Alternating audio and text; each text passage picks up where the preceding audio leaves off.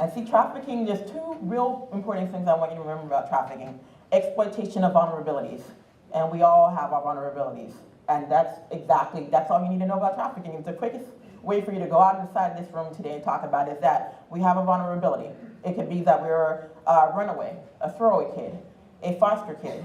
We can be someone who comes from domestic violence and are pushed out of our homes because we're fleeing a predator in our home or attacker, and we're going to be forced out to find other predators preying upon us. It could be someone with low self-esteem.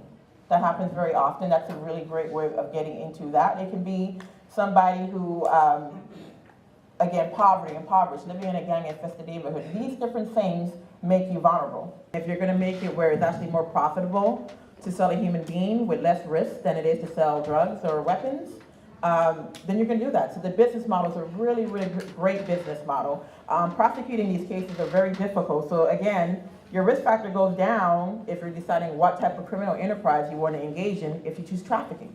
Unlike drugs, which when somebody makes it and they sell it, they can't resell the drugs after it's been used. Unfortunately, with humans, these people are selling them as products, and then an hour later they can sell them again and again and again. And that is how these people are making so much money off of a child, off of a person.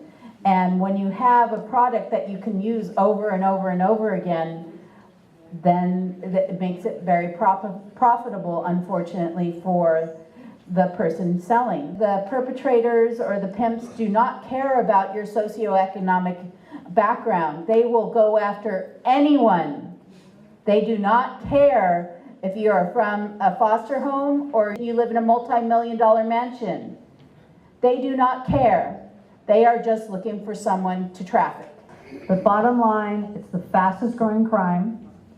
It's becoming more lucrative than drugs and arms and anything else. It's bigger than drugs in many parts of LA already.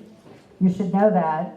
And so yeah, and to me, that's the bottom line. Whether it's 100,000 kids are being victimized or 200,000 kids are being victimized, the bottom line is we have a problem and we need to act.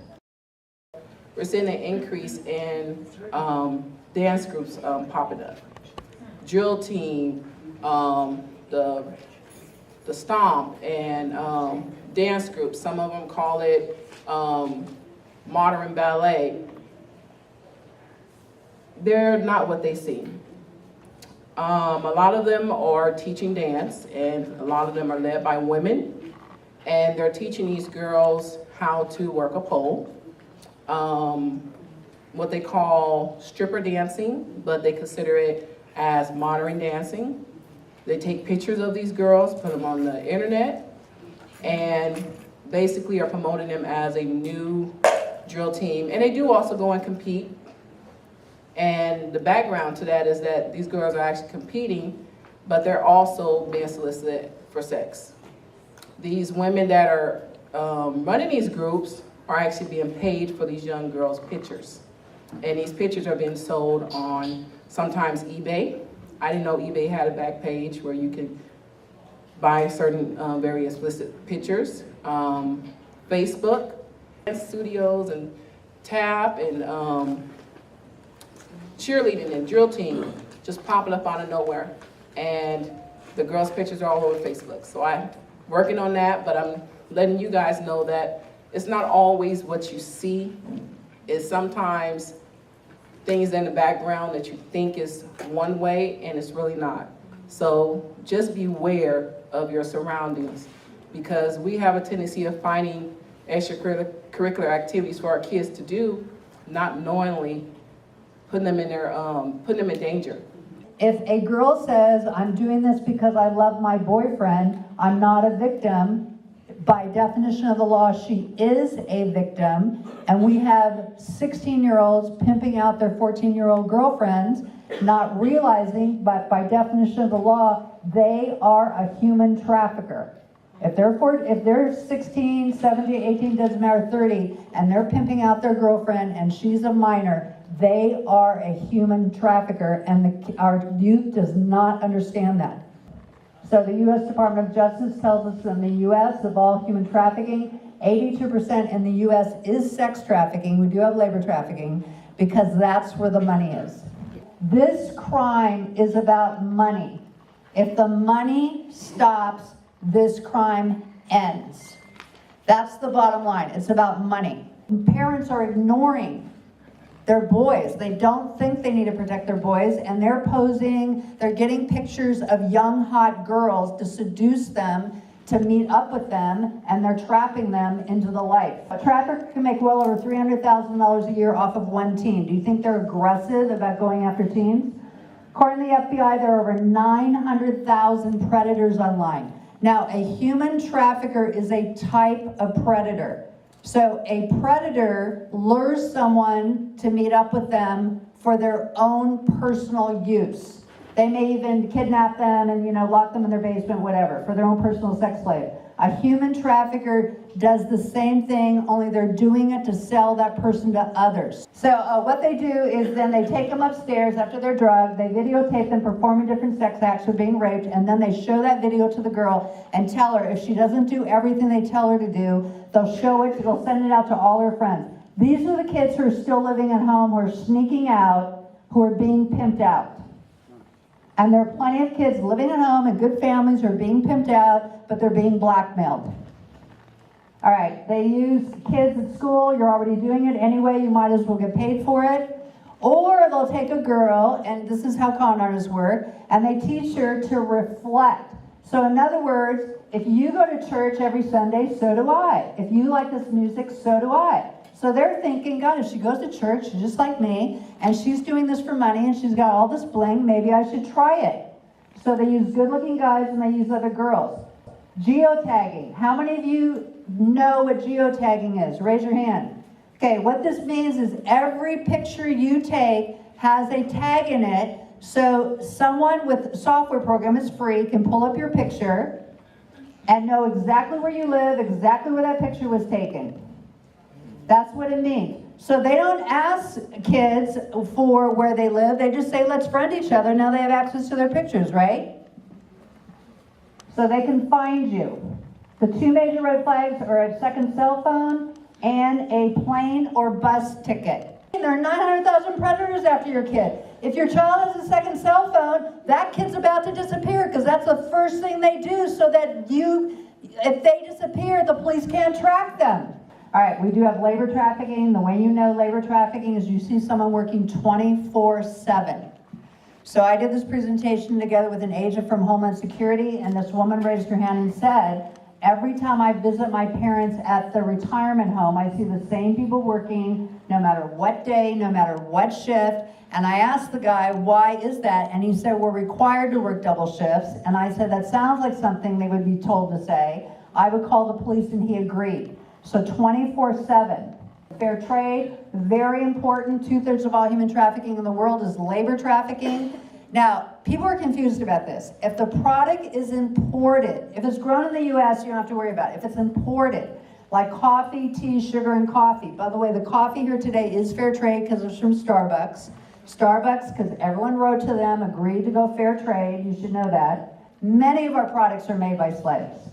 A lot of gangs still operate by code, and what I mean by code is you don't mess with children and you don't mess with the elderly. Okay, that's eroding. That's eroding more and more because of what Susan clearly pointed out, which is a successful business model, and that's what this is. It's a successful business model. People are making lots of money by selling other human beings. In 2015, we had 3 investigators working human trafficking. That's what they thought they were working. They were actually working human smuggling cases. And the difference is coyotes who bring people over a border is human smuggling. I think Susan pointed out well that for human trafficking, it's force, fraud, or coercion, and it can happen anywhere. You don't need to smuggle somebody across a border. You don't even need to move them. You just need to be able to sell somebody as a commodity, take the money from them, and it's done by force, fraud, or coercion. So the victim-centered approach that everybody agrees on nationwide, that we're all going to be working towards that end, is the safety, security, and stability of the victim. Not my case. not somebody else's political career. It's about the victim.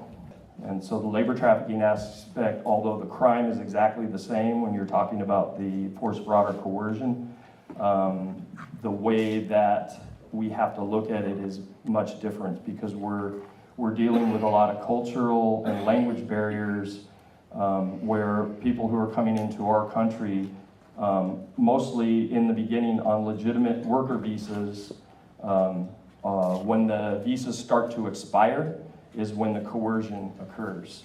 So literally handling a case right now where that happened. The visa ran out, and then they told him that if he says anything or doesn't keep doing what they asked him to do, they'll turn him into ICE for deportation. So those are the type of things that occur in the labor world, and so we're really, really trying to work on that because we're supposed to be doing 50-50 under the grant, 50 labor, 50 commercial sex trafficking. We do 98% commercial sex trafficking. And just so you guys know, this isn't targeting prostitution.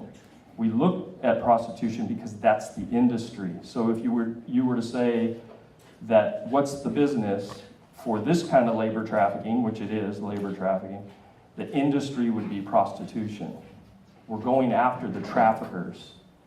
And just so everybody knows, if you don't know, in 2016, the law in California was there's no such thing as a child prostitute. They don't have the ability to consent. Therefore, any child that's out there being prostituted, the person that's prostituting her or him is automatically a human trafficker. You heard the long sentence, 20-something years. Pimps didn't get that kind of sentence in the past. They're getting like the 90-day, the old 90-dayer. Hey, we're gonna go, do our 90 days, and really they're only doing half-time. That's what pimps were getting on their pimping and pandering cases. So those laws are changing. Now we're looking at sentences from anywhere from 20 to 40 years. One individual we just got a 40-year sentence on. We're up to about, I hate throwing stats around, but we're up to, since the 3 years we started, up to over 1,400 arrests. Vulnerable populations are people who are not from this country, who are coming from countries where they're already in slave situations, and then they come over here for opportunity and find themselves in similar type scenarios.